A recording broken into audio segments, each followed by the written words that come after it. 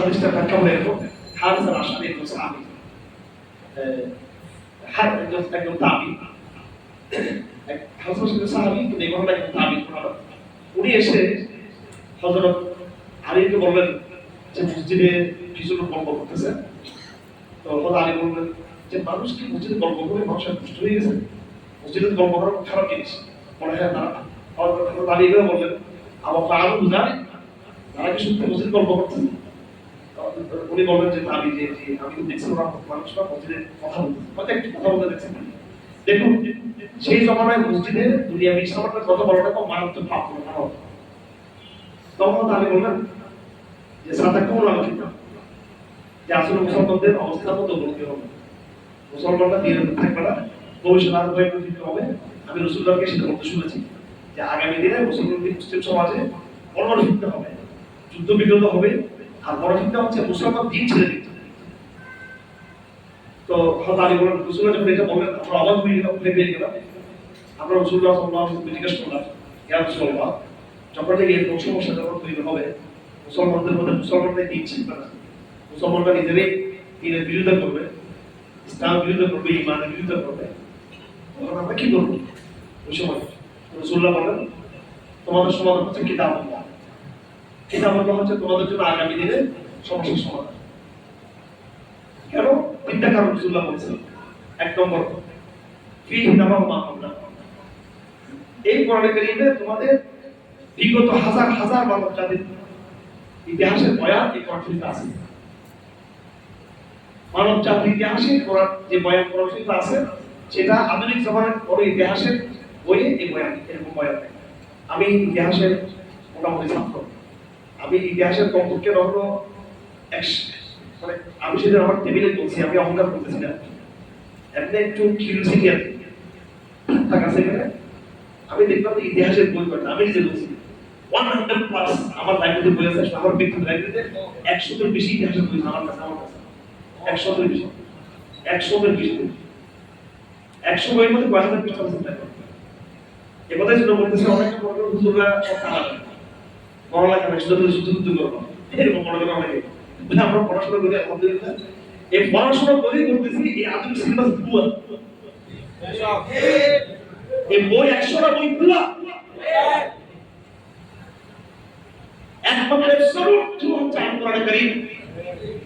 আমাদের এক চোখ কোরআনের দিকে আরেক চোখ ইতিহাসের হাজার হাজার বছরের মানব জাতির মানব রচিত বই থেকে আমাদের আরেক চোখ আছে। কিন্তু আমাদের এমন নয় যে আমরা মাথা থেকে ঘুরে আসছি, মাথা থেকে ঘুরে আসছি শুধু সেটা নয়। এক নম্বর যেমন আমাদের কোরআনের দিকে আমরা কম্পেয়ার করছি, আমরা কম্পেয়ার করে আমরা ইসলামে আছি। এমন না আমরা এক তরফে শুধু ইসলাম আছি না, ইসলামে আছি আমরা বুঝে শুনে আমরা আছি। যেমন ধরুন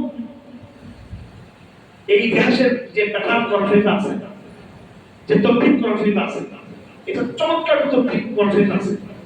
আমাদের নবীদের আগে খ্রিস্টানদের কথা আছে, খ্রিস্টানদের আগে ইহুদিবাদের কথা আছে, ইহুদিদের আগে আপনি পরিষ্কার দেখুন ইব্রাহিম ইসলামের কথা আছে, তার আগে কোরআন মুসলমানদের কথা আছে।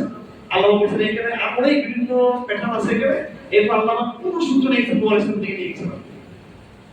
নূহ ইসলামের আগে আপনি একটা কথাটা পাবেন না যে কথার মধ্যে আল্লাহ আসমান থেকে কোনো আযাব নাযিল করেছে, কোন কোনো দেখেন না। পুরো মানব জাতির বিবর্তন পরিবর্তন আর মানবের একাত্মতার কদম শুরু হয়েছে জামান থেকে। এর আগে কি ছিল? এর আগে হাজার বছর আপনি দেখুন ইসলাম চরিত্র পৃথিবী ছিল। যখন শিরিক শুরু হয় তখন বলেছেন আল্লাহ বলতে পারি তুমি এটা বন্ধ করো। মানব জাতির শুধু কোনো কি ছিল না, শিরিক পৌত্তলিকতা ছিল না। আর আপনি ঢাকা বিশ্ববিদ্যালয়ে, রাজশাহী ইউনিভার্সিটি, কেমব্রিজ অক্সফোর্ডের সিলেবাসে দেখবেন যে মানব জাতির ইতিহাস নাস্তিকদের দ্বারা শুরু, মানব জাতির ইতিহাস পৌত্তলিকতা দিয়ে শুরু, মানব জাতির ইতিহাস মূর্তি দিয়ে শুরু, আল্লাহ বলেছেন মানব জাতির ইতিহাস ইসলাম দিয়ে শুরু, ঈমান দিয়ে শুরু, কালেমা দিয়ে শুরু। পড়ার সেই দেখুন এবার কোনটা সত্য? কোরআনেরটা সত্য, মন্দিরটা সত্য। এটা আপনি এমনি বলতেছেন, আপনি আমার ওই 100 বইটা আপনার লাইব্রেরিতে আপনি কেমনে জানেন? এটাই জন্যই ইতিহাস যারা আমার লেখছে ওই 100টা বইয়ের সাথে একটা মিল নেই আমাদের। কি নেই? আমেরিকান ইতিহাসবিদ একরকম বলছে, রাশিয়ার ইতিহাসবিদ আরেকরকম বলছে, চাইনিজরা আরেকরকম বলছে, ব্রিটিশরা একরকম বলছে, ফরাসিরা আরেকরকম বলছে। একটা লেখকের সাথে আরেকটা লেখকের কোনো মিল নেই। রবীন্দ্রনাথ ঠাকুরের বই আমি পড়তে তার লেখা পড়তে আমার চোখে যে চশমা লেখা আছে এটা চোখের যদি নষ্ট হওয়ার একটা কারণ রবীন্দ্রনাথ ঠাকুর বই যে কি আছে এখানে বাঙালি তো রবীন্দ্রবাদী হয়ে গেছে, হাসিনা আমরা সব রবীন্দ্রবাদী। হ্যাঁ, দুইটা কথা বের হয়েছে, একটা নাম লেখা মুজিববাদ, আপনি যে রবীন্দ্রবাদ। কি আছে রবীন্দ্রবাদের ভাই? তার বই একটা সাথে একটা সাংঘর্ষিক, এক বই এক কথা বলছে, আর বই আর কথা বলছে। একই বইয়ের মধ্যে এক কবিতার মধ্যে এক কথা, আর কবিতার মধ্যে আর কথা। এবং ওর বয়স যখন মোটামুটি শেষ দিকে মারা যাওয়ার 7-8 বছর আগে বলতেছে, এখন আমাদেরকে সত্য কথা বলিতে হইল।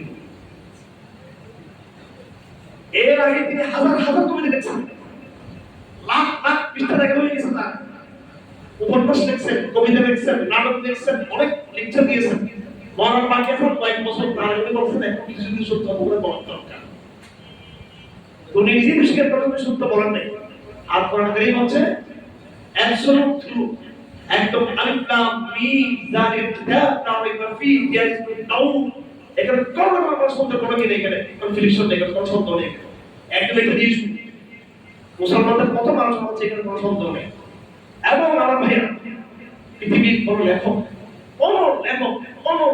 এই পর্যন্ত সে দাবি করে নাই যে আমি এই বইটা দেখেছি, আমি গ্যারান্টি দিচ্ছি আমার এই বইয়ের তথ্য 100% সত্য। একজন লেখক এত বড় নেই, তিনি এটা বলেছেন আমি অনুসন্ধান করিয়া যাহা পেয়েছি আমি তাহাই আপনাদেরকে দিয়েছি, এবং এই অনুসন্ধানে ভুল হতে পারে, আমার অনুসন্ধান পেয়েছি। আমি এই বইয়ের মধ্যে সত্যকে বোঝার চেষ্টা করেছি, আর আল্লাহ বলেছেন আমি সত্যকে বুঝতে আরম্ভ করেছি। আমরা সত্যকে বোঝার চেষ্টা করেছি, আপনি সত্যকে বোঝার চেষ্টা করেছি। এটা দিবেন যেটা বিশাল সিলেবাস, যার নাম ঢাকা ইউনিভার্সিটি, যার নাম জাহাঙ্গীর ইউনিভার্সিটি, যার নাম কেমব্রিজ ইউনিভার্সিটি, যার নাম হার্ভার্ড ইউনিভার্সিটি। আপনি কি এই সত্যকে বোঝার চেষ্টা করতেছেন এটা দিবেন, নাকি যেটা মহাসত্যের স্বরূপ সত্য এটা দিবেন? আপনি কোথেকে আসছেন? সারা দুনিয়া চালাচ্ছে না, সারা দুনিয়াকে মাতবরি করতেছে না ইতিহাস দিয়ে নয়, দর্শন দিয়ে না, মাতবরি করতেছে প্রযুক্তি দিয়ে। এটা আপনি শিখেন সমস্যা কি? এটা আপনার কাছে ওদের মাতবরির জোর ইতিহাস না, ওরা খুব ভালো ইতিহাস জানে, সেজন্য ওরা সারা দেশে নেতৃত্ব দিচ্ছে। ওরা খুব ভালো রাজনৈতিক দর্শন বুঝে, সেজন্য মাতবরি করছে তা না। ওরা মাতবরি করছে প্রযুক্তি দিয়ে, সে প্রযুক্তি আমি শিখলে আমিও মাতবর পৃথিবীর। আল্লাহ রসুল আল্লাহ নিজে বলছে ওয়াইদুল আহম, তোমরা ভালো মতো তোমরা কি করো প্রস্তুতি গ্রহণ করো, তোমরা প্রযুক্তি তোমরা অ্যাডভান্স হয়ে যাও। ওদের মিসাইল যদি 10,000-2,000 পাল্লাতে তোমার 5,000 পাল্লা হবে। ইরানের সাথে মার খেয়েছে, কোথায় ইরানের কাছে ওরা কোথায় মার খেয়েছে? 1,000 প্রযুক্তির কারণে মার খেয়েছে। প্রথম ইরান তো চলে গেছিল মনে হয়, পরে ইরান রাশিয়া এমন কৌশল করে সে এমন ভাবে সে প্রতিরোধ করছে, একটা কলজার বেশি না 5-7 জায়গায় শুধু মিসাইল করতে যায়, আমার কলজা মারা হচ্ছে মিডল ইস্ট থেকে। কিসের জন্য হয়েছে? আবার ইরানের আগে কিন্তু এটা ভিন্ন জিনিস। এটা আমি কৌশলের কথা বলছি। কৌশল কথা হলো, কারণ আপনাকে যদি বাঘও খেতে আসে, কুমিরও খেতে আসে, কুমির থেকে আপনি বাঁচতে পারবেন, কুমির তো হাঁটতে পারবে না, বাঘটা আপনাকে খাবার দিয়ে তৈরি করবে, ঠিক কিনা? দৌড়ে তৈরি করবে। আপনি কুমির থেকে বাঁচার চেষ্টা করবেন, আগে আপনি বাঘ থেকে বাঁচার চেষ্টা করবেন আগে। হ্যাঁ, আমেরিকা হচ্ছে বাঘ, ইয়ে হচ্ছে কুমির। এর জন্য অনশত্রুকে আগে আমাদের যাই হোক ভাই। তো এই পুরানো কাহিনী আমাদের সামনে আছে।